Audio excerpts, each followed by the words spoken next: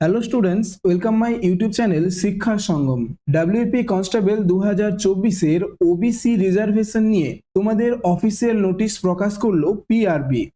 তো এই নোটিশে তোমাদের ওবিসি 7% করার জন্য তোমাদের ইউআর মেল ভ্যাকেন্সি 840 থেকে বেড়ে 1092 হলো। তো তোমাদের সংশোধনী শূন্য পদের তালিকা দিয়েছে, অর্থাৎ 11,749 জনের নতুন তালিকা কিন্তু প্রকাশ করলো। তো সেই তালিকাটা তোমরা দেখে নাও এই ভিডিওর মাধ্যমে, এবং যারা নতুন রয়েছে তারা অবশ্যই চ্যানেলটিকে সাবস্ক্রাইব করে দিও এরকম আপডেট ভিডিওগুলো পাওয়ার জন্য।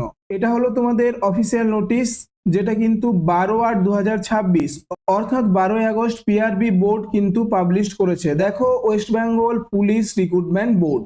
তো তোমরা দেখো, তোমাদের রিজার্ভেশন কিন্তু 7% করা হয়েছে, ঠিক আছে। তো আমরা আগে যেটা বুঝতে পারছিলাম যে পুরনো যে পরীক্ষাগুলো হয়ে গেছে, অর্থাৎ তোমাদের WP constable, WP SI, KPSI, group CD সমস্ত কিছুর, তো এটা পুলিশের ক্ষেত্রে, ঠিক আছে। তো পুলিশের ক্ষেত্রে যে পরীক্ষাগুলো হয়েছে সব ক্ষেত্রে আমরা ভেবেছিলাম যে 17% থাকবে, এবং পরে যে নতুন ভ্যাকেন্সি বেরোবে সেই ক্ষেত্রে আমরা ভেবেছিলাম যে 7% করবে। কিন্তু তোমরা দেখো, তোমাদের অফিসিয়াল নোটিশ দিয়ে জানিয়ে দিল পুলিশের সমস্ত রিক্রুটমেন্ট যেগুলো তোমরা আগে পরীক্ষা দিয়ে দিয়েছো সেইগুলোতে কিন্তু 7% করা হলো, এবং নতুন ভ্যাকেন্সিতে তো ওবিসি 7% থাকবেই, কিন্তু তোমাদের যে পুরনো যেগুলোতে তোমরা পরীক্ষা দিয়ে দিয়েছো, অর্থাৎ WP constable, WP SI, KP constable, KPSI, এই চারটা পরীক্ষাতেও কিন্তু তোমাদের 7% ওবিসি রিজার্ভেশন থাকবে। এর ফলে তোমাদের ডাব্লিউপি কনস্টেবল 2024, যেটাই তোমাদের 17% ওবিসি সংরক্ষণ ছিল, এবং সেই অনুযায়ী তোমাদের যে লিস্ট ছিল, অর্থাৎ ভ্যাকেন্সির যে লিস্ট ছিল সেই লিস্টটা তৈরি হয়েছিল।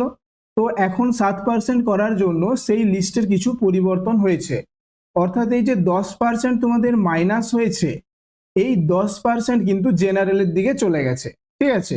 অর্থাৎ তোমাদের ইউআর ভ্যাকেন্সি বেড়েছে এবং ওবিসি ভ্যাকেন্সি কিন্তু কমেছে।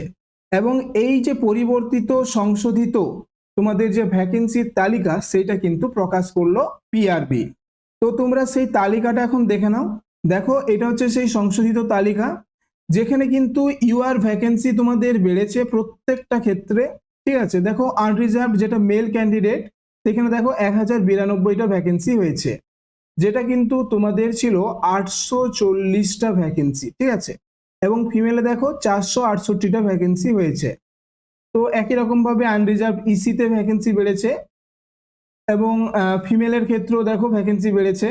এবং তোমরা এখানে দেখো ওবিসিদের ক্ষেত্রে, ঠিক আছে, ওবিসিদের ক্ষেত্রে আগে যে ভ্যাকেন্সিটা ছিল সেটা কিন্তু কমেছে।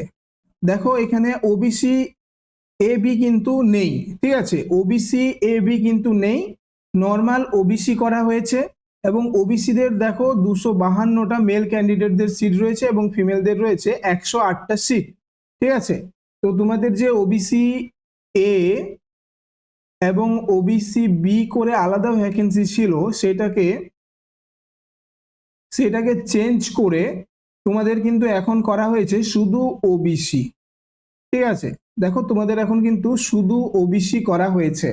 তো তোমাদের শুধু ওবিসি করা হয়েছে, এবং এখন আর কোনো ওবিসি এ বা ওবিসি বি বলে কিছু থাকলো না, এবং তোমাদের 7% রিজার্ভেশন করা হলো যে পরীক্ষাগুলো তোমরা দিয়েছো। এবং এই কারণে ডাব্লিউবি কনস্টেবল 2024-এ জেনারেলের সিট সংখ্যা বেড়েছে, অর্থাৎ তোমাদের যে 66টি কাস্টকে ভ্যালিড বলে গণ্য করা হচ্ছে, এবং যে বাকি আগে কাস্টগুলো ছিল তারা তো জেনারেলে চলে এসছে। তো সেই কারণেই কিন্তু জেনারেল সিট সংখ্যা বাড়ানো হয়েছে, ঠিক আছে। অর্থাৎ এই যে 10% তোমাদের ওবিসি থেকে জেনারেলে গেল, সেই সিট সংখ্যাটাই কিন্তু জেনারেলে চলে এসছে। তো এই ছিল আজকের আপডেট। তো তোমরা এরকম আপডেট ভিডিওগুলো পাওয়ার জন্য অবশ্যই চ্যানেলটিকে সাবস্ক্রাইব করে রাখো, এবং ভিডিওটা যদি ভালো লেগে থাকে একটা লাইক করে দিও। তো দেখা হচ্ছে পরের ভিডিওতে।